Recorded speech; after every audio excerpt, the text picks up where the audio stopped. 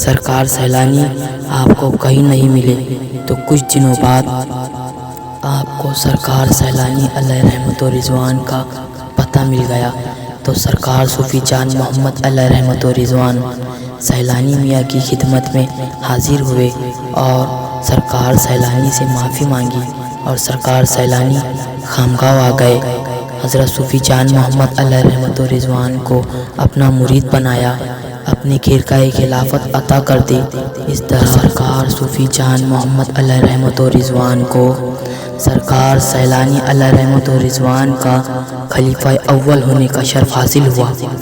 سرکار سیلانی علیہ رحمت و رضوان تقریباً 6 ایام تک شہر خانقاہ میں بابا مستان شاہ میاں علیہ رحمت و رضوان کے آستانہ عالیہ پر رہے اور سرکار صوفی جان محمد علیہ رحمت و رضوان کو علم روحانیت و تصوف سے مالا مال فرمایا، اور جب سے آپ کو صوفی کا لقب بھی عطا ہوا۔ جب سرکار سیلانی خلق خداوند تعالیٰ کے لیے دوسری طرف روانہ ہونے لگے تو سرکار صوفی جان محمد علیہ رحمت و رضوان نے فرمایا کہ سرکار میں بھی آپ کے ساتھ ہی چلوں گا، تو سرکار سیلانی نے ارشاد فرمایا تم یہیں رہو، تمہارا سب یہیں ہے، یہیں رہ کر خلق خداوند تعالیٰ میں مشغول رہو۔ سرکار صوفی جان محمد علیہ رحمت و رضوان کے زیادہ تر مرید و خلیفہ کرناٹک کی طرف ہے اور آپ بہت ہی کشف و کرامات کے دھنی ہیں۔ ایک مرتبہ سرکار صوفی جان محمد علیہ رحمت و رضوان فاٹک پورہ مسجد میں مشغول عبادت تھے کہ لوگوں نے دیکھا کہ سرکار صوفی جان محمد علیہ رحمت و رضوان قالین سمیت ہوا میں اوپر اٹھ گئے ہیں۔ سبحان اللہ۔ سرکار صوفی جان محمد علیہ رحمت و رضوان کی وصال پاک 18 جولائی 1950 عیسوی مطابق 2 شوال المکرم 1369 ہجری میں ہوئی، اسی لیے آپ کا سندل مبارک عید الفطر کے ایک دن بعد یعنی 2 شوال المکرم کو منایا جاتا ہے۔ بابا مستان شاہ میاں علیہ رحمت و رضوان بہت ہی بڑے کشف و کرامات کے دھنی ہیں۔ آپ سے کئی کرامتیں ظاہر ہوئی ہیں، جن میں سے کچھ یہ ہے کہ بابا مستان شاہ علیہ رحمت و رضوان کا آستانہ عالیہ مانند خواجہ و داتا ہے۔ ہندوستان میں آزادی کے بعد سب سے پہلا دنگا و فساد شہر خانقاہ میں ہی ہوا ہے، جسے 1956 عیسوی کے فساد کے نام سے بھی جانا جاتا ہے، اور اسے ہندوستان کے سب سے بڑے فساد کی فہرست میں آزادی کے بعد اول مقام حاصل ہے۔ 1956 عیسوی میں عید میلاد النبی کے دن حملہ ہو گیا۔ اس میں موجود تمام افراد کو بے انتہا شدت و بے دردی کے ساتھ قتل کیا جا رہا تھا۔ مظلوموں کو، بے قصوروں کو بلا وجہ مارا جا رہا تھا، چاہے وہ بچہ ہو، بوڑھا ہو یا جوان، سبھی کو بڑے ہی بے دردی سے قتل کیا جا رہا تھا۔ ہر طرف مظلوموں کی صدائیں بلند ہونے لگی، یا خدا کرم ہو، یا خدا کرم ہو مولا۔ یہ فساد بہت ہی خطرناک شکل اختیار کر چکا تھا۔ مستان چوک میں جو پہلے ندی بہا کرتی تھی، اس میں تمام قتل شدہ اجسام کو ڈال دیا جا رہا تھا اور وہ پورا دریا خون سے بہہ رہا تھا۔ یہ ظالم ظلم و جبر پھیلانے والے بھول گئے تھے کہ اس شہر کا کوئی شہنشاہ بھی ہے، داتا بھی ہے۔ بس اتنا ہونا تھا کہ خدا کی طرف سے رحمت بھرا پیغام آیا اور یہ مظلوموں کی، بے قصوروں کی صدائیں جا پہنچی شہنشاہ خانقاہ حضرت بابا مستان شاہ میاں علیہ رحمت و رضوان کے دربار میں۔ یہ دربار حضرت چلم شاہ ٹھکری شاہ ولی علیہ رحمت و رضوان کا ہے اور یہ دربار مستان چوک میں پولیس اسٹیشن کے پیچھے ہی واقع ہے۔ بس زندہ جاوید مجاہد اسلام و نائب مولا علی حضرت بابا مستان شاہ میاں علیہ رحمت و رضوان گھوڑے پر سوار، ہاتھوں میں چمکتی ہوئی شمشیر حیدری لیے ہوئے مزار سے باہر آ گئے۔ آپ کے پیچھے آپ کا دامن پکڑے ہوئے